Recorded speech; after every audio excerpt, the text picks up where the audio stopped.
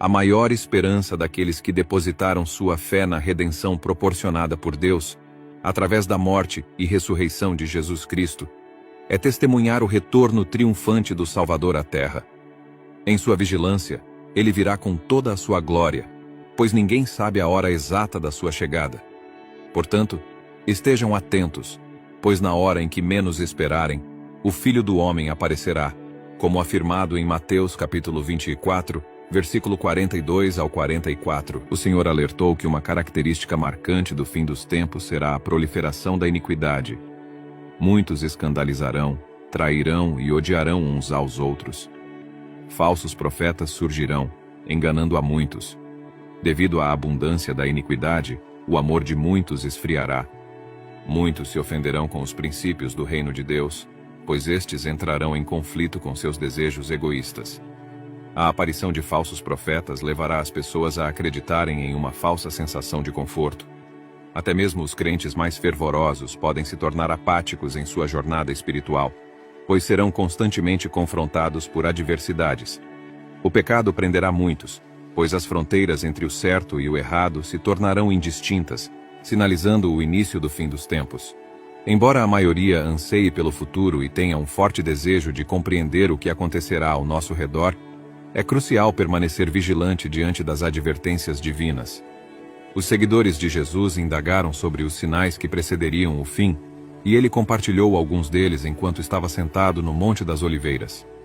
Em particular, os discípulos se aproximaram dele e perguntaram em segredo: "Dize-nos quando ocorrerão esses eventos e qual será o sinal da tua vinda e do término do mundo."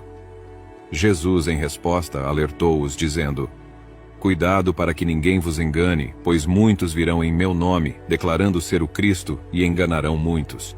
Ouvireis falar de guerras e rumores de guerras. Não vos perturbeis, pois é necessário que todas essas coisas aconteçam. No entanto, o fim ainda não chegou, pois nação se levantará contra nação, reino contra reino, e haverá fomes, pestilências e terremotos em vários lugares. Tudo isso marca o início das dores." Essas palavras permanecem relevantes, independentemente de quantos anos se passaram desde que nosso Senhor deixou este mundo. Paulo recebeu uma revelação sobre os muitos pecados que predominarão no final dos tempos.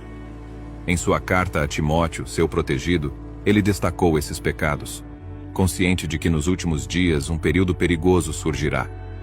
As pessoas se tornarão egocêntricas, gananciosas, orgulhosas, blasfemadoras, desobedientes aos pais, ingratos e ímpias, sem afeto natural, implacáveis, infratoras, falsas acusadoras, incontinentes, ferozes, desprezadoras do bem, traidoras, embriagadas, altivas, amantes dos prazeres mais do que de Deus. Embora aparentem ter uma forma de piedade, negarão o seu poder. Em primeiro lugar, há um intenso egoísmo, que inclui cobiça, amor próprio e prazer. O egoísmo, um atributo central do diabo, foi evidente em sua rebelião no céu, onde buscou exaltar a si mesmo. Essa característica também se manifestou na parábola do tolo rico, que decidiu gastar toda a sua riqueza apenas consigo mesmo, ignorando a compaixão. Em segundo lugar, há a presença de desprezadores daqueles que praticam o bem, incluindo traidores e pessoas profanas. Nesse período, as ações erradas podem parecer predominar, mas é vital lembrar que os números nem sempre refletem a verdade.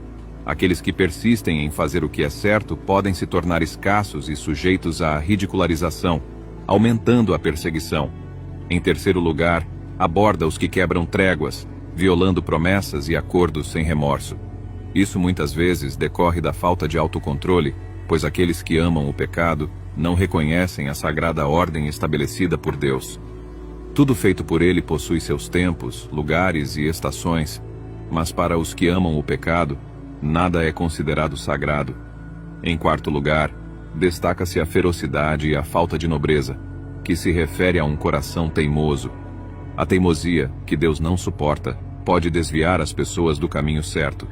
Nos últimos tempos, espera-se uma manifestação crescente desse comportamento narcisista, onde as pessoas se tornarão extremamente egocêntricas, colocando o próprio interesse acima da compaixão e desafiando as instruções de Deus. O quinto ponto aborda a ingratidão, é comparada a uma cobertura úmida que estraga itens valiosos. Escolher não reconhecer as bênçãos de Deus em nossas vidas É uma maneira perigosa de viver, pois todos somos beneficiários de sua misericórdia e fidelidade. Devemos expressar sinceros agradecimentos a Deus, permitindo que sua paz governe nossos corações, conforme Colossenses capítulo 3, versículo 15 nos exorta a fazer. No entanto, nos últimos tempos, a dificuldade em apreciar as bênçãos tangíveis e intangíveis pode resultar em uma dissipação da gratidão. O sexto ponto refere-se à presunção e às falsas acusações mencionadas na escrita aos Romanos. Nos últimos tempos, a presunção e a acusação falsa podem se tornar mais comuns, criando um ambiente em que as pessoas se afastam das verdades fundamentais e da consideração mútua. O apóstolo Paulo os alertou para não se considerarem superiores aos outros. Na verdade, a humildade é essencial para qualquer pessoa que deseje ter um relacionamento significativo com Deus. É crucial manter-se humilde diante de nossos próprios olhos, pois isso é o segredo para alcançar grandes alturas na vida. Contudo, nos últimos tempos, os homens se caracterizarão por orgulho, arrogância e um ego inflado. A autoimportância será enfatizada, resultando em difamação e falsas acusações contra aqueles que não seguem os mesmos padrões. Em sétimo lugar, a falta de afeição natural será predominante. O maior presente de Deus para nós veio do seu amor. O ódio entre as pessoas vai claramente contra a vontade de Deus, mas infelizmente isso prevalecerá nos últimos tempos, quando as pessoas buscarem independência de Deus e rejeitarem sua autoridade sobre suas vidas. O oitavo ponto aborda uma forma de piedade que nega o seu verdadeiro poder. A hipocrisia pode nos fazer parecer piedosos por fora, enquanto o pecado e a decadência se multiplicam por dentro. É triste que muitos que cometem pecados ainda atuem como se fossem filhos de Deus, mas suas palavras apenas dão a impressão correta, enquanto seus corações estão verdadeiramente distantes dele.